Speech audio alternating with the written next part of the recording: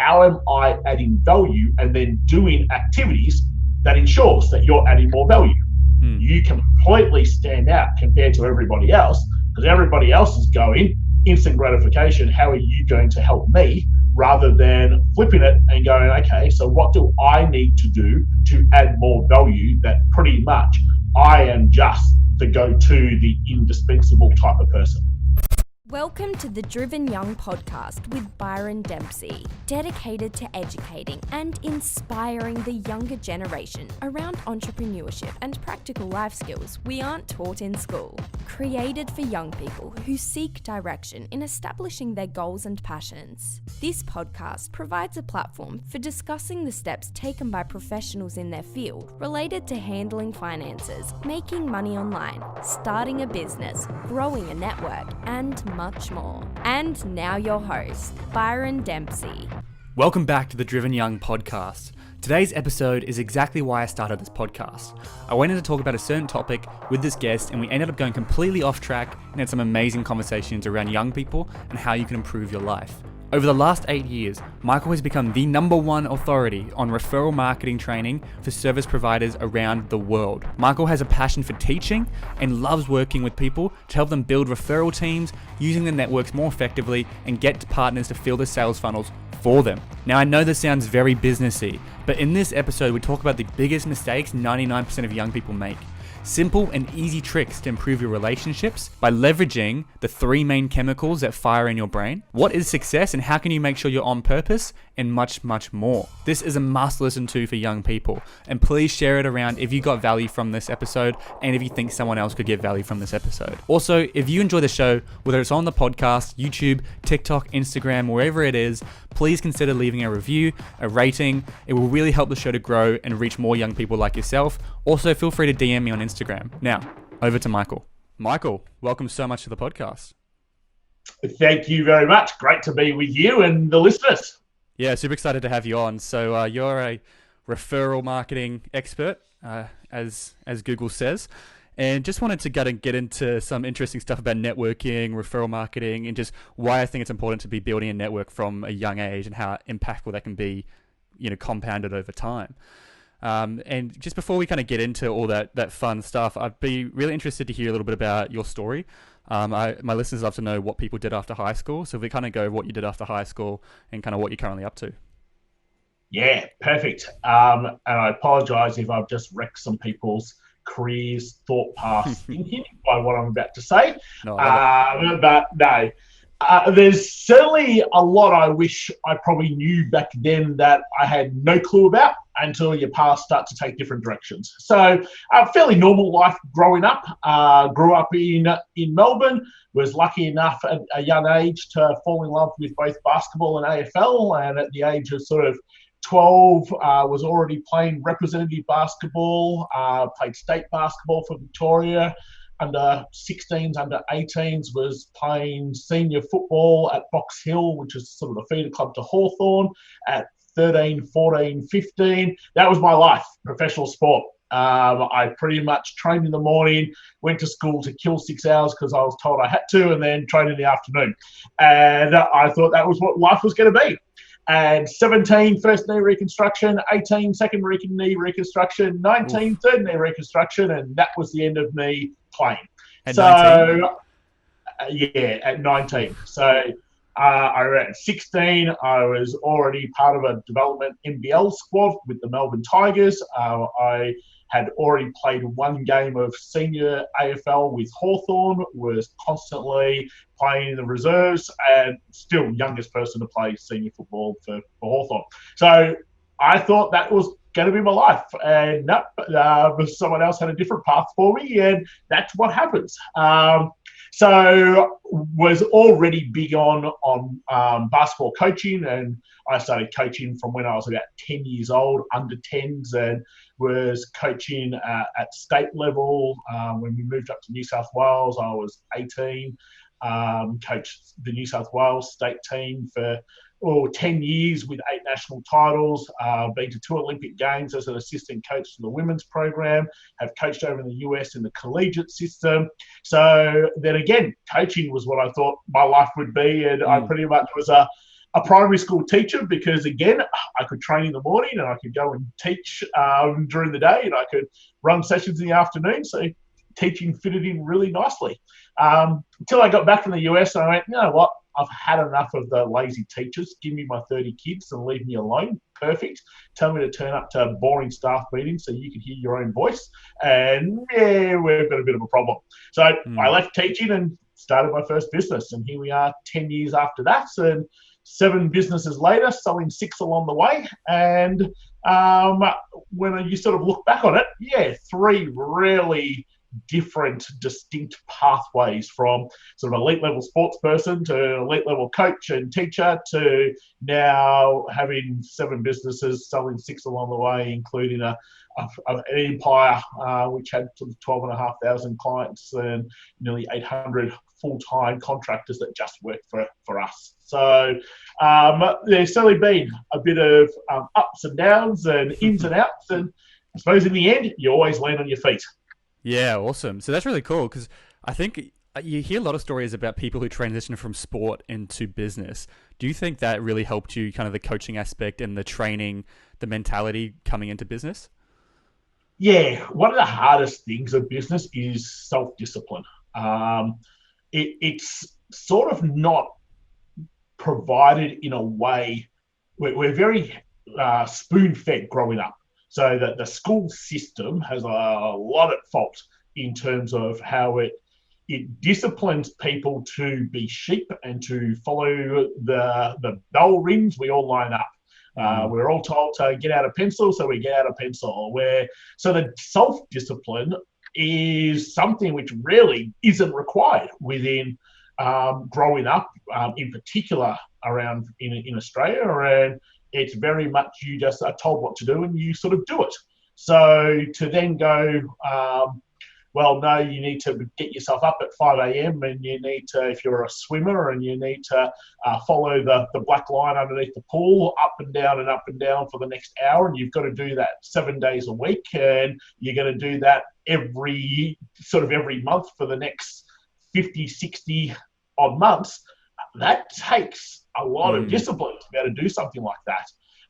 And very few people could ever do that without sort of breaking down. So without a doubt. I couldn't agree more, because like that hit me like a ton of bricks, the self-discipline with the business, because I went straight from school where, as you mentioned, is very structured. You're told what to do, line up for the bells, you're going to ask to go to the toilet, all that sort of stuff, to running my own business. And it was just like, there's no accountability. If I wanted to sleep in, I can sleep in, because you don't have to get into the office at 9 o'clock. There is no office. I'm working from my bedroom.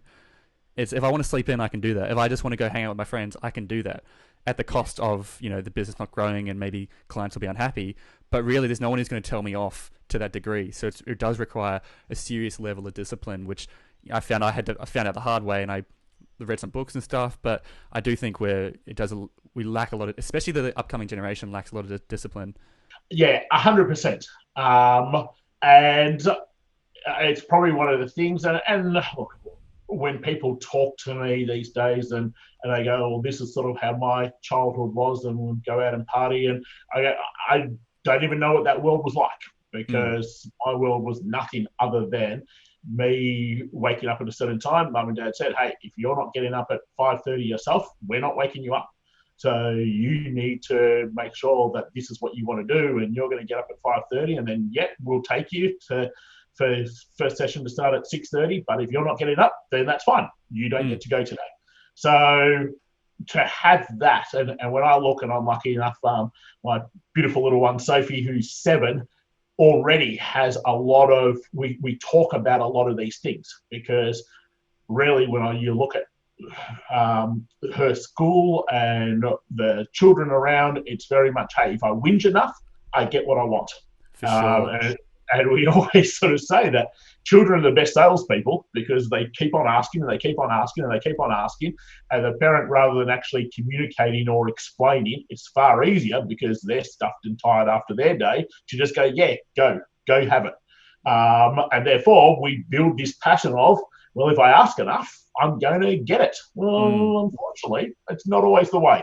And the problem is that works when you're younger, but once you enter the real world, the adult world, it's going to eat you alive because you can't just get what you want by asking. You've actually got to do the work and you've got to prove yourself. 100%. I think one of the big lessons that in terms of a question to constantly ask yourself, and something which I get our team to do, is go, how am I adding value here? So it's really hard to not employ someone, to fire someone, to not give someone a raise, if you're constantly asking, how am I adding value, and then doing activities that ensures that you're adding more value. You completely stand out compared to everybody else, because everybody else is going instant gratification. How are you going to help me? Rather than flipping it and going, okay, so what do I need to do to add more value, that pretty much I am just the go-to, the indispensable type of person. And once you add value, they're going to want to help you, correct? 100%. And that's where we try to flip it. So instead of going, can you help me? I want to help you. I want to help you so much that you're just going to naturally going to go, oh, actually, how can I help you? They're going to say that back. And then you've got that kind of that two-way communication where you're both helping each other instead of you just wanting the one way. Correct. 100%. So besides everything that we sort of do business-wise, one of the big things that I've sort of really look into and study, and I do so many courses on this across so many different aspects of it, is human behavior, and in particular, our brain and our brain chemicals. So as humans, we all have three major brain chemicals that need triggering every single day.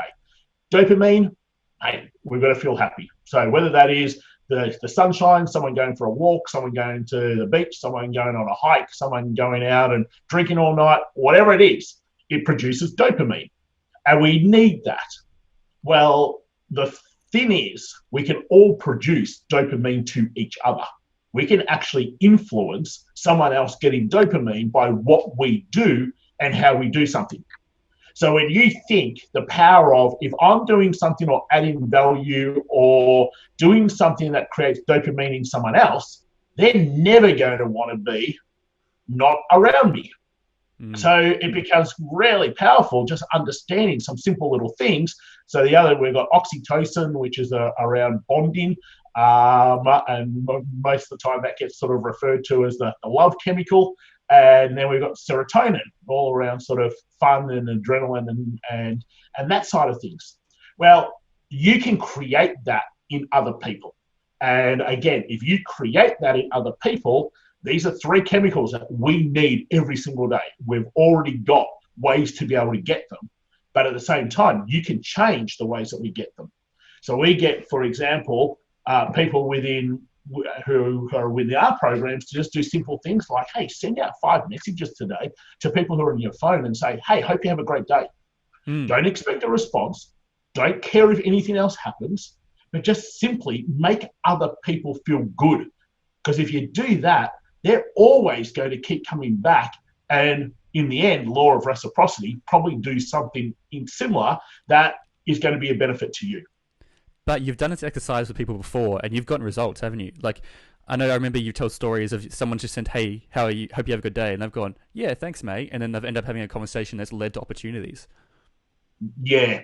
Or even just 2 days ago when we did something similar with our implementation session that we ran, and guys come back yesterday and go, so I sent 6 of those messages and 3 people have already referred me to one person each, and 2 of them have already just deposited $6,500 each into my bank account as we start the project. From sending 6, I hope you have a great day messages. And a total of 2 minutes of your time. Yeah. Correct. All right. So sort of all that sort of ties into the thinking of how do I add value to others and how do I help. We have this simple little motto, look to help someone else before asking for help. And I reckon if people live by that more, it would be amazing what they would generate out of life. And you're saying, so those chemicals you mentioned, the 3 main chemicals, we can trigger those chemicals by providing value to people. Yeah, making people feel like, I know we've got a youngish audience here, and probably a mixture of both male and female. Mm-hmm. And let's take it to the extent of even relationships. So if you are liking somebody, well, you could create dopamine to the extent that they're actually going to they're going to like you just as much by simply doing little things like that. So you can take it at that basic level, which is where it can start around relationships, into then the business world and into a professional world, and just simply going, like, we get too caught up in our own head and our own ego. And if we just left all that to the side and we just sort of focused in on not attaching meanings to things and just going about how do we add value and be present for somebody, your world would be amazingly different. I really love what you said. You said, before you try ask for something from someone, how can you provide value to them? And I've seen this in so many, when we're talking about partnerships, right? I've learned when you're going for a partnership, you want to provide all the value to them first before you ask for them to do something for you. Yeah, 100%. And it's the easiest way to start a conversation, because it's a complete opposite to what 99% of people do. Most people go up and go, hey, I've got this idea. Can you help me?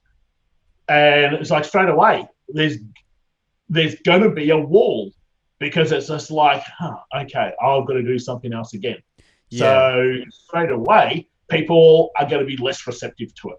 Versus if you went, hey, I want to help you with this, blah, blah, blah, blah, and then you provide value, and after that, and this might take a week, it might take however long to provide value, but then after that, you go, you won't even have to ask, I find they'll go, if you've provided enough value, they'll ask, how can I help you? Because they want to return the favor. 100%. And that's where it comes into referrals. And I guess, is this what your current business, I guess, because you've had 7, this is what your current business is all about? Yeah, so we talk about, hey, we've got this $1 million referral system to be able to help people implement our 9 key accelerators.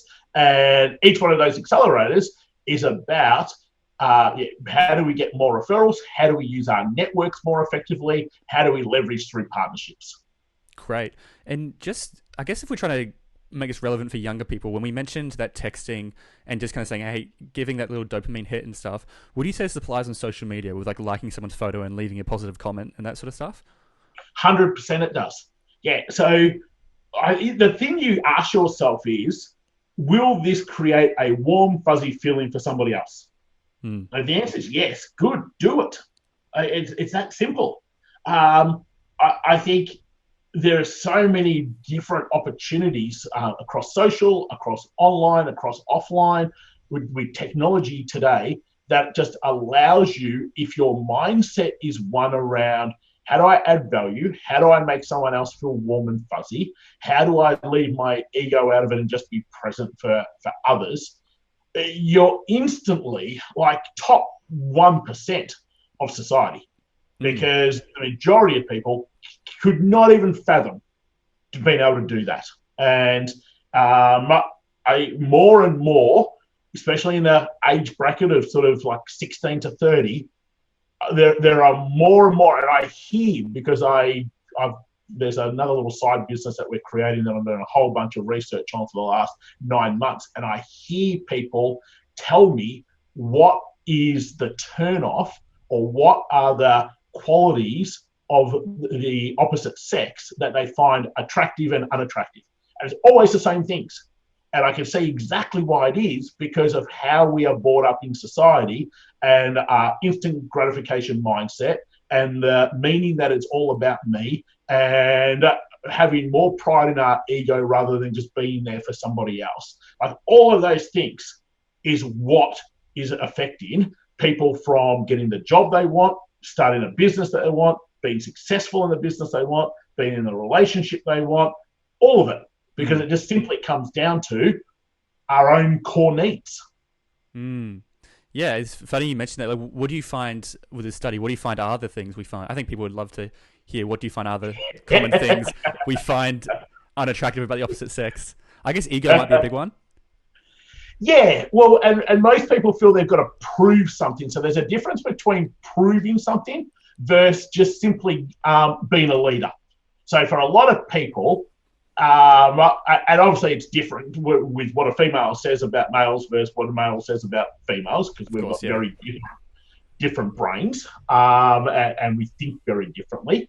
But for a lot of people, it's about, well, are you fun? Are you lighthearted? Do you take things just too seriously? But then there's a fine line to then not be the clown or the joker either. Okay? Are you someone that others will look up to and respect? And are you the leader within the pack, or are you just the follower in the pack?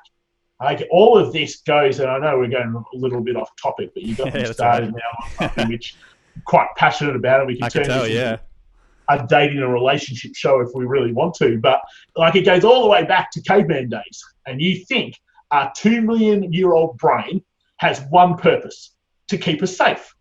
So back then it was to keep us safe from the saber-toothed tigers and the wild animals, where today, obviously, we don't have those sorts of things that we've got to really worry about. So it keeps us safe from making a mistake, from looking silly, from doing something which other people might judge us on.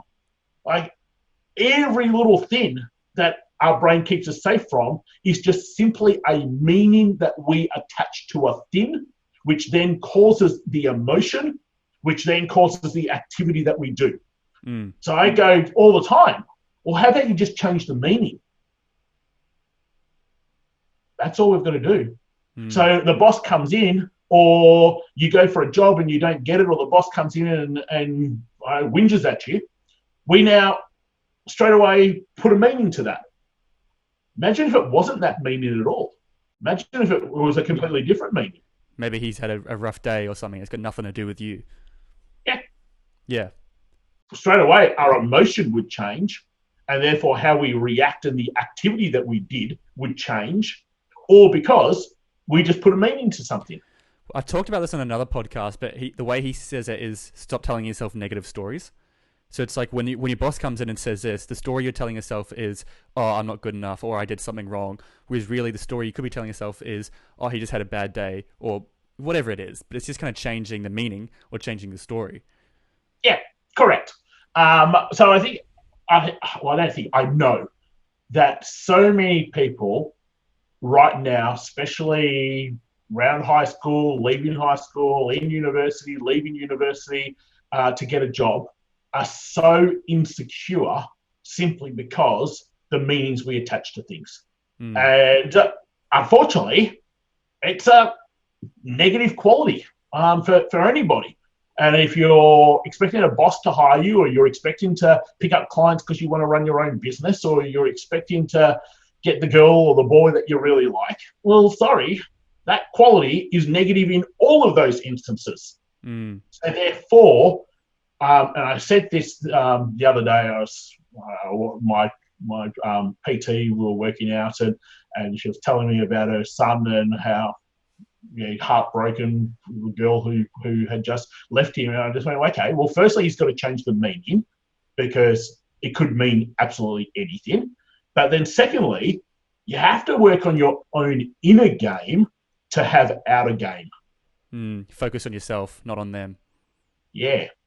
So how do you just become a better person in anything that you do? Yeah. Because that was something I saw. There's a people, they don't like them online, but there's they're like dating guys or people label them as pickup artists, but what they actually do is they focus on improving men themselves, and that's how they instead of trying to do a sleazy pickup line or try to get the girl, focus on how you can make yourself more attractive, how you can improve your life, and focus on that, and then as through osmosis, you'll start attracting the people you want to attract. 100%. And so you take that theory, that methodology, and it's exactly the same in any area of your life. So in your relationships with your parents, with your siblings, with partners, in relationships with your employees, your colleagues, your clients, your prospects, your boss, it's exactly the same. There's nothing that changes. So it's certainly a big one. And it's sometimes really difficult for people to not worry about what other people are thinking about them. Where, I think it's so difficult. And I think social media has just amplified it massively. As someone who's grown up in social media, like I even then, I still struggle to, just stop worrying about what people think. I'm constantly telling it to myself. And I guess if you're not surrounding yourself with people like yourself, and I listen to a lot of people online who are constantly saying it, it's so dangerous. And you see girls and guys will post a pic. If it doesn't get enough they'll delete it and post it another time because they weren't satisfied with the result. And it's just such a toxic mindset. What are your thoughts on social media? And I don't know if you're that deep into it with the younger generation, but obviously we've got TikTok now, which is huge for the younger generation. What are your thoughts on social media and how it impacts us in terms of, what you just mentioned about meaning and stuff? Yeah, unfortunately it does. Obviously we're across every channel. We've got nearly 700,000 people across our channels. So we're there 3-4 times a day, but we've got a purpose for why we're there. And obviously it's got nothing to do with popularity. So that's the first part. So if you're going to be on social platforms, you got to go, well, what's the reason why I'm there? And if the only reason why you're there is to make yourself feel good, your mindset's already down the stick. It needs to change instantly. So if you're going to be on social, then you've got to go, why am I there? Is it so I can connect with my friends and family and keep up to date and let them just share each other's lives without having to make phone calls? Yeah, perfect. That's not ego-driven. If it's because you're in business and it's like, well, this gives me some exposure and allows people to know what I do and gets people to be able to follow, perfect. Not ego-driven. So I think if the purpose of being on social is ego-driven, look at me, look how good my life is, look how popular I am. I want people to like me. Unfortunately, that's the majority of people on social and purpose for being on social. Really dangerous. So I think you've just got to have a bigger purpose. And that's the number one when just researching and talking to both people. The people who have a bigger purpose in life will always shine as being more confident, as being the prize. Look at Elon Musk. How do you become the prize? His purpose, we all know his purpose is to, promote a cleaner energy world, and then also his purpose is to move to Mars, or interplanetary civilization, which is a huge purpose, and people align with that vision and everything, and that's what he's very successful. But I think a lot of it you mentioned with social media and this kind of texting, just hey, hope you have a good day, and leaving a comment, and if it makes me feel better. I feel like a lot of people when it comes to social media overthink. And I'd love to know your thoughts on overthinking, because it looks like, when I did a session with you at Business Blueprint and we were sitting, 20 or so people on a round circle, and you said, I want you to text 6 people who you wouldn't normally text, so not your mum, not your dad, and say, hope you have a good day. And everyone was kind of freaking out. It's like, what? Yeah.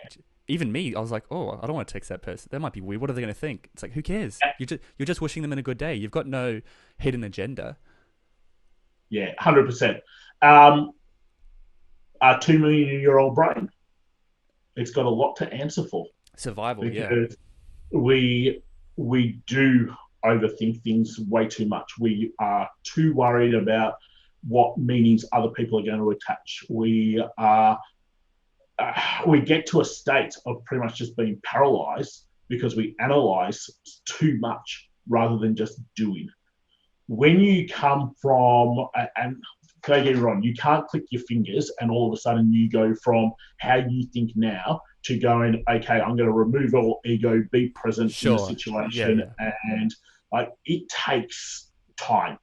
But you've got to be willing to work on that day in, day out and allow that to happen. And there are going to be times where you fall back and you go, okay, I actually now see what's taking place right now. That's not where I want to be. And you move again back into the, hey, I'm just going to be present. I've got a greater purpose of what I'm trying to achieve right now. And be goal focus orientated. It amazes me how many younger people just I'll just, whatever happens, happens. Well, I can tell you what's going to happen, not much, because that's the attitude that you have of just whatever happens, happens. Well, whatever happens will happen, and it won't be very much at all. Right? Where we talk to business groups and even just within our own programs, you have to be goal orientated and number focused. And if you're not goal orientated and number focused, what are you measuring against? Like, who are you competing against?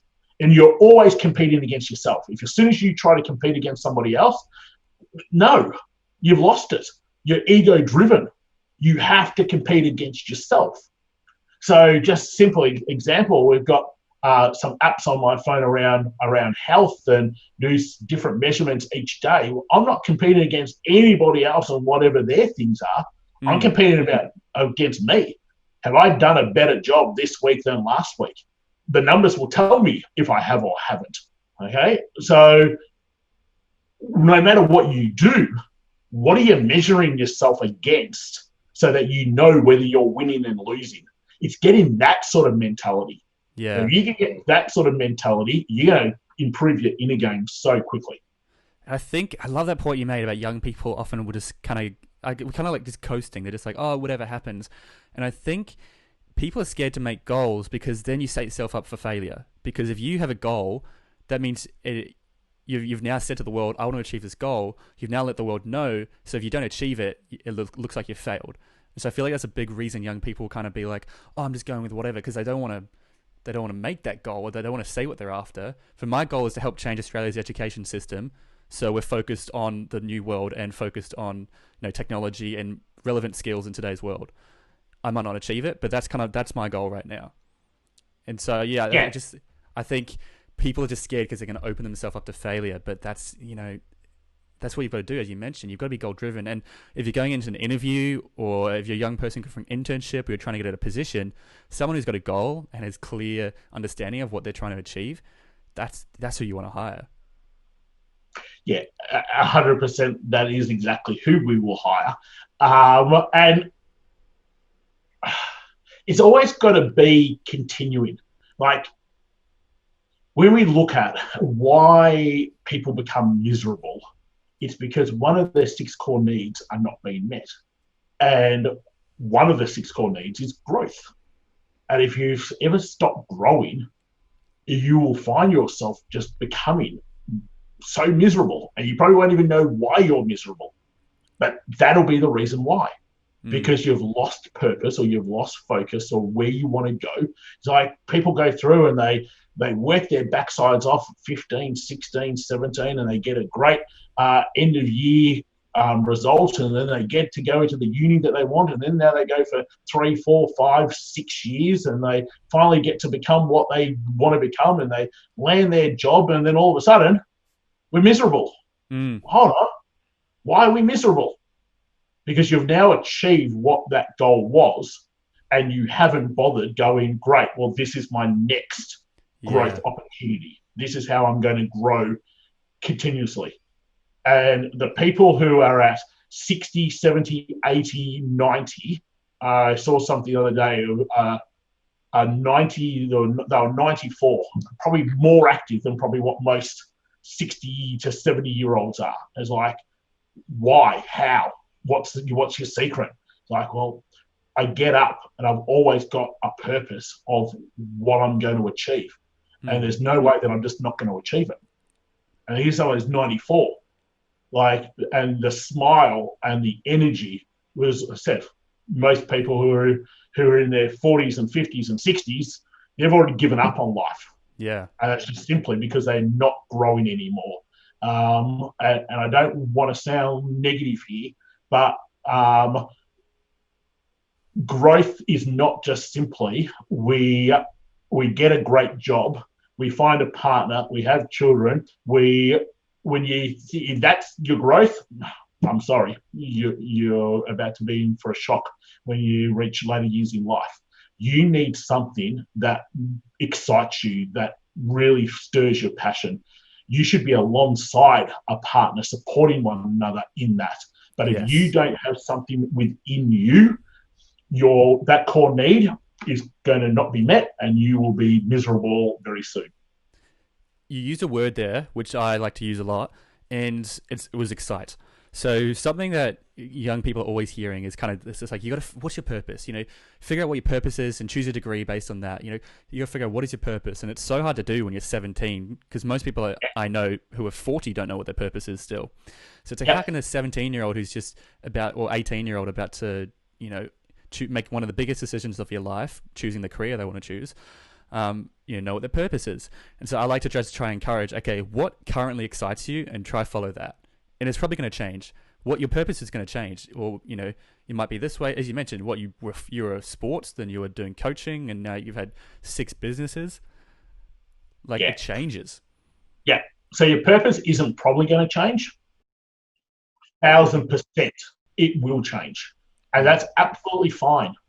Don't feel that what you do now is what you need to do in 4 years' time, in 10 years' time, in 15 years' time, in 20 years' time. Okay? You are always going to evolve as a person. You're going to come across people that completely change your world, better or worse. You're going to come across people which give you opportunities that you probably a year ago didn't even believe could even take place. I think that the big thing around, okay, so I'm 16, I'm 17, I'm 18, or I've just finished uni and I just think I've wasted 3 years of my life because it's not what I need to do. That's absolutely fine. Yeah. Perfect. Find what excites you now. Give it a go. It's either going to work and continue or it's not. And you're still 23 years old. Yeah. You've just finished uni, you're 23 years old, you feel like you're old. I've just spent 3 years doing a degree. Now I'm not interested in that. Go look at how many successful people started at 40 and 50. You've still got so much time to figure out, chase what currently excites you.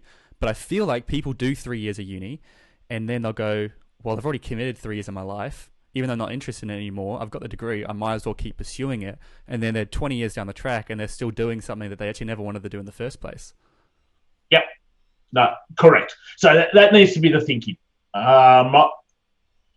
Technology changes, widgets, gadgets, what we do change. You've got no possible way to know in 5 years' time what's going to be there and around the corner. So don't even bother trying to plan for it. Plan for what is going to make you happy, what's going to fulfill you. As I say to people, what's going to fill your cup? Because if you ain't filling your cup every single day, you're miserable.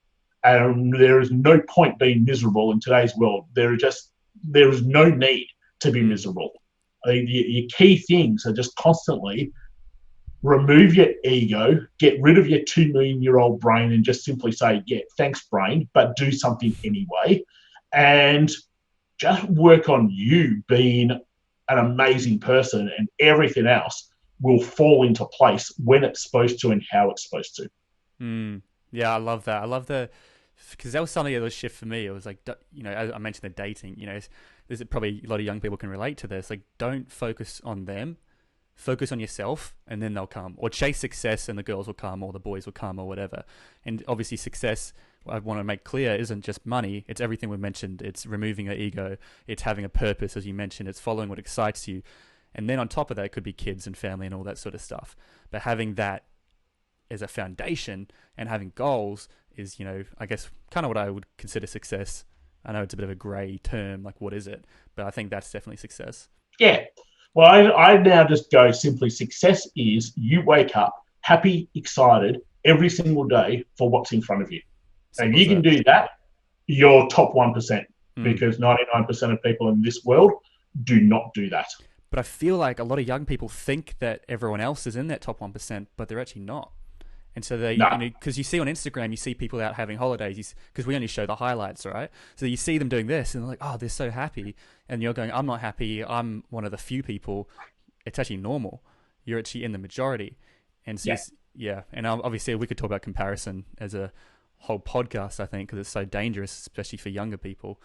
But yeah.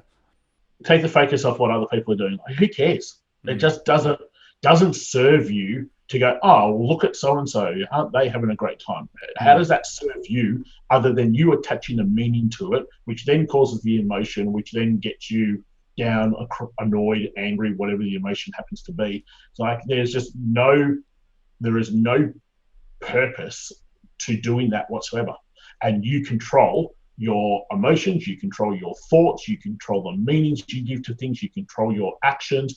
And if you don't live by that mindset, I'm sorry, you're not top 1%. But it comes down, as you mentioned, our 2 million year old brain can't adapt to technology this fast. This has all happened in like 20 or 30 years. Well, social media's happened in like 10 years. It's like we're just not adapted to it. We're not used to this rush of constantly having it on us, constantly seeing other people's lives and constantly being impacted by other people and comparing our lives to them. Yes, correct. So turn it off. Turn it off. And it's a lot, harder, easier said than done, right? But if you can, people listening, if they can start hearing this conversation, you're now aware of it. So at least I guess that's the first thing, just being aware of it. And now you can try focus on it. And I guess I would encourage listeners to do what your little exercise, just message 5 people who you wouldn't normally message. Is that how you say? How do you frame that exercise? Yeah, just send 5 messages. Hope you have a great day to people on your phone, or send it as a social message, whichever platform you want to choose on. Just someone you haven't spoken to for a little while. You just never know what might take place. Awesome. Well, Michael, thanks so much for coming on the show. And just before we wrap up, I always ask this question to all my guests. What would your number 1 piece of advice be for younger people? You might have already mentioned it. It doesn't have to be related to what we're talking about. But what would if the one key takeaway, what would that be? I think it's, you've got to work on yourself. No one can make you better. No one can make you anything other than what you choose yourself. And everything just starts with one action. So if you're not happy about this area of your life, good. What's one action you could do right now that just starts changing it? If you're not happy with that area of your life, not a problem. What's one action you can do right now that starts changing it? And when you continue just to work on you and focus on you and focus on your game, everything else will fall into place. It really does. Awesome. Thanks, Michael. And I guess my biggest takeaway from this conversation, or something I think is very actionable, is provide value first. So before you ask for something, provide value to them. As simple as that. Just start providing value. Yeah, perfect. Love it. And for anyone listening, if they want to find more about you, where can they find you? Just Google your name. What's your best spot to? Just search or just go to michaelgriffiths.com.au. From there, you can find social platforms. If you want to hang out on social platforms with us, there's various free guides. All means, shoot us a message with what your takeaway's been. So that's the best place, michaelgriffiths.com.au. And the links will all be attached to wherever you're listening to this. So, Michael, thanks so much for coming on the show. Absolute pleasure. Thanks for having us. All right. If you are still here, thank you so much for listening to this entire episode. If you got some value out of it, it would mean the world to me if you left a review on iTunes or shared it with your friends or family. Otherwise, I'll be putting up videos of this episode on Instagram and Facebook. So check it out there at Byron Dempsey or at Driven Young Podcast. And I'll see you on the next one.